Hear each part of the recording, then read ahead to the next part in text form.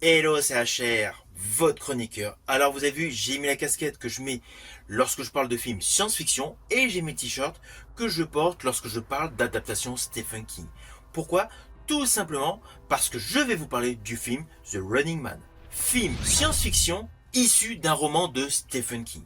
Hier, lorsque j'ai vu ce film, j'avais fait pour vous un petit short vous donnant mon avis global sur ce film dans lequel je vous avais précisé qu'aujourd'hui je vous ferai une critique détaillée. Naturellement, c'est ce que vous allez découvrir maintenant. Mais avant cela, n'oubliez pas, si vous n'êtes pas abonné, pensez à le faire, pensez à la petite cloche pour les notifs, et surtout pensez tout simplement à vos commentaires. Let's go!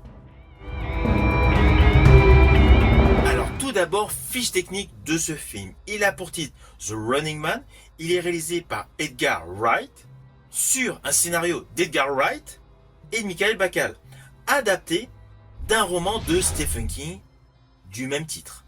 Roman qui était sorti en 1982. C'est un film classé dans le genre action science-fiction, porté par Glenn Powell pour une durée approximative de 2 heures, avec l'histoire suivante.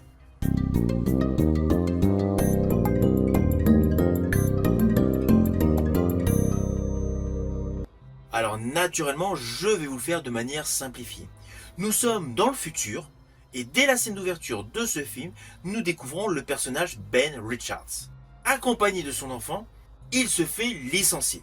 Son niveau social est extrêmement scabreux, sa femme travaille dans un bar, et leur enfant est gravement malade. Seule issue possible, participer à des émissions de télé qui permettent de gagner de l'argent.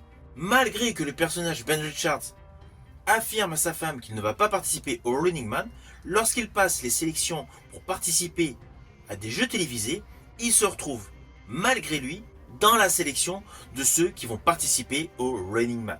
Et naturellement, vous devinez la suite. Alors petit détail, l'objectif du Running Man est d'essayer de survivre face à des trackers, face à la population, pendant 30 jours. Chaque jour gagné apporte de l'argent. Voilà, je vous l'ai fait de manière simplifiée. Le fond de l'histoire, c'est cela. Naturellement, il y a plusieurs arcs narratifs qui se dégagent, et surtout, malgré un côté popcorn, un côté action movie, il y a un côté sous-jacent révolutionnaire.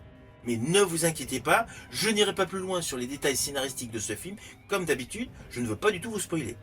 À la différence, vers la fin de la vidéo, je vous expliquerai les différences entre le roman et cette version cinématographique, sans évidemment dévoiler le final.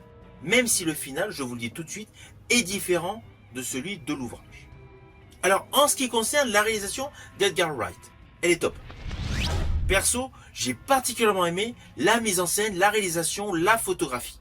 Alors qu'en fait, je ne suis pas un aficionados de la filmographie d'Edgar Wright. En dehors de Hot Fuzz, je n'ai vu aucun de ses films. Car le concept de Baby Driver, qui a pourtant cartonné, ne m'a pas du tout hypé. Donc c'était selon moi le seul petit bémol où j'avais une inquiétude. Car c'est un réalisateur qui est surtout axé dans des films où la comédie est en exergue.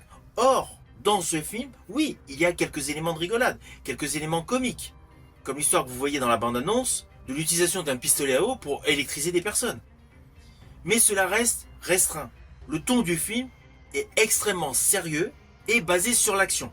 Alors, sérieux, mais pas aussi sombre que le roman de Stephen King. Mais cela reste très sérieux. Ainsi, le film d'Edgar Wright est un véritable manège. Pourquoi je dis cela? Car le film est extrêmement bien rythmé. Tristesse, émotion, action, rigolade, tristesse, émotion, action, rigolade. C'est cela du début jusqu'à la fin. Et avec des images et des ressentis parfaitement dosés. À cela s'ajoute un style visuel futuriste qui se rapproche davantage de ce qu'on avait jadis dans les années 80 et 90. L'ambiance des décors rappelle aisément Total Recall, Robocop, version Verhoeven. On n'est pas dans du design à la iRobot porté par Will Smith. Là, c'est vraiment un côté rétro-futuriste, perso, que j'affectionne. Pourquoi? Parce qu'il représente les films SF de ma jeunesse. Donc cette partie-là va essentiellement plaire à tous les aficionados de ces films nostalgiques des années 80-90. À cela s'ajoute une prestation de Glenn Powell 100 fois supérieur à son apparition dans Top Gun Maverick et dans Twister. Il représente parfaitement l'homme très colérique et l'homme totalement angoissé à la fois. Angoissé pour la santé de sa petite fille. Chaque fois dans le film qu'il y a un petit point commun avec des chaussettes rouges, son visage s'adoucit considérablement. Rien à voir avec les échanges colériques vis-à-vis du personnage interprété par Josh Brolin. De ce fait, le personnage interprété par Glenn Powell, Ben Richards, malgré le côté athlétique, sportif, bien musclé, il représente un côté vulnérable. Cela apporte une dimension à la construction de son personnage, ce qui le rend totalement attachant. À cela s'ajoute une satire évidente de la télé-réalité, toutes les dérives que cela engendre, au cœur d'une fracture sociale évidente.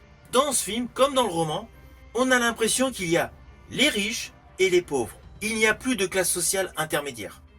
Et dans ce film, c'est parfaitement représenté. Alors d'ailleurs, concernant la télé-réalité, j'ai été amusé par la famille qui est représentée en télé-réalité. Alors j'ai oublié le nom, c'était les monarques, enfin bon, bref, j'ai oublié leur nom. Forcément, cela fait écho avec une célèbre famille actuellement championne de télé-réalité. Le clin d'œil est évident. Clin d'œil totalement satirique. Alors, pour la petite histoire, dans le film, à plusieurs moments, à chaque fois qu'on découvre de la monnaie correspondant à cette époque, nous découvrons le visage de l'acteur Arnold Schwarzenegger sur les billets. Cela est fait tout simplement pour faire référence au film de 87 réalisé par Paul Michael Glaser avec Arnold Schwarzenegger en vedette dans le film ayant pour titre Running Man. Mais ce qu'il faut savoir, c'est qu'en fait, à l'époque, il y avait une bataille juridique. Car vous allez vous en rendre compte assez rapidement. L'histoire du roman de Stephen King, qui est totalement adapté dans cette nouvelle version, n'était qu'une inspiration au film de 87, portant le titre de Running Man. Dans le film de Running Man, Arnold Schwarzenegger interprétait Ben Richards, un policier qui avait été accusé d'avoir tiré avec un hélicoptère sur de la foule de personnes qui demandaient à manger. Pas d'enfants malades, voilà, pas mal de choses relativement différentes. Et en fait, il y avait un autre film qui était sorti en 83, un film français d'Yves Boisset, porté par Gérard Lanvin, qui a pour titre Le Prix du danger. Et là, le film de 87, Running Man, porté par Schwarzenegger, réalisé par Paul Michael Glaser,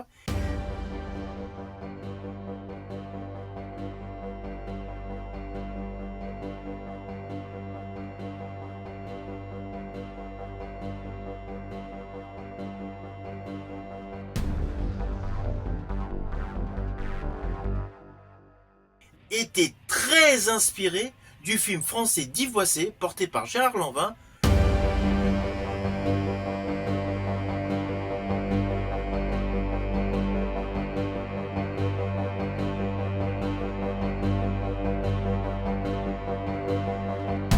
De ce fait, il y avait une bataille juridique.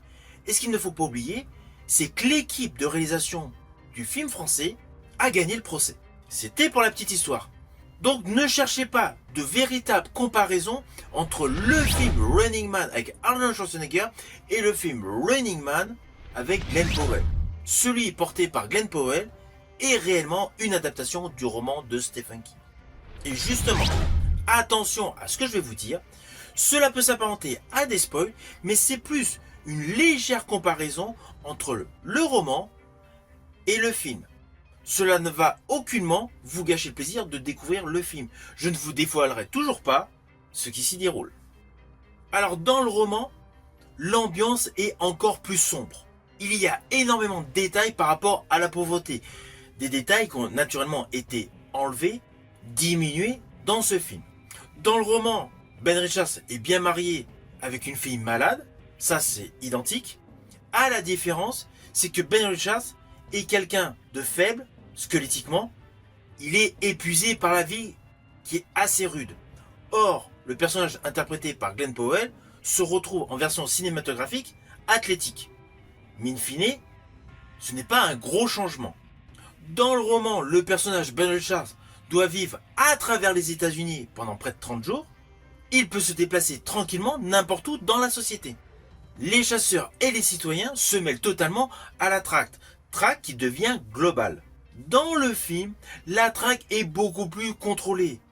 Elle est filmée. Tout l'environnement de la chasse est dirigé par la multinationale télévisuelle.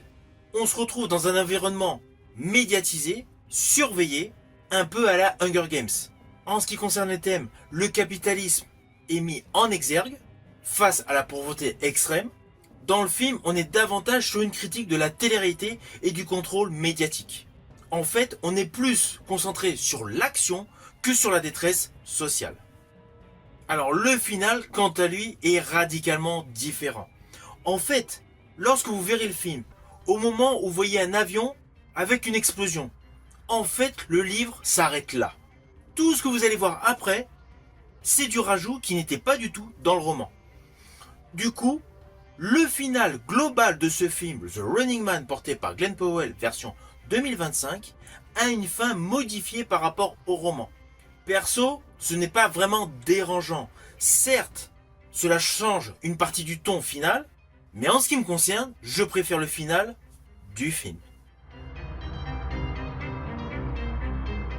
Ah oui, n'oublions pas que ce film, The Running Man, est adapté d'un roman de Stephen King qui porte le titre The Running Man, mais à l'époque où Stephen King utilisait le pseudonyme Richard Bachman. C'est un roman d'ailleurs que je vous invite à découvrir, il est comme ça. Alors au final, je vous conseille d'aller au cinéma pour voir Running Man version 2025. C'est un film dynamique. Glenn Powell assure une prestation en totale adéquation avec le déroulé de l'histoire. Et cela nous présente un bon film science-fiction où la télé-réalité est mise en défaut, où l'action est reine, où les effets spéciaux et la réalisation est une réussite. Si vous allez voir ce film, n'hésitez surtout pas à me mettre en commentaire votre opinion. Je vous dis à bientôt pour une prochaine vidéo.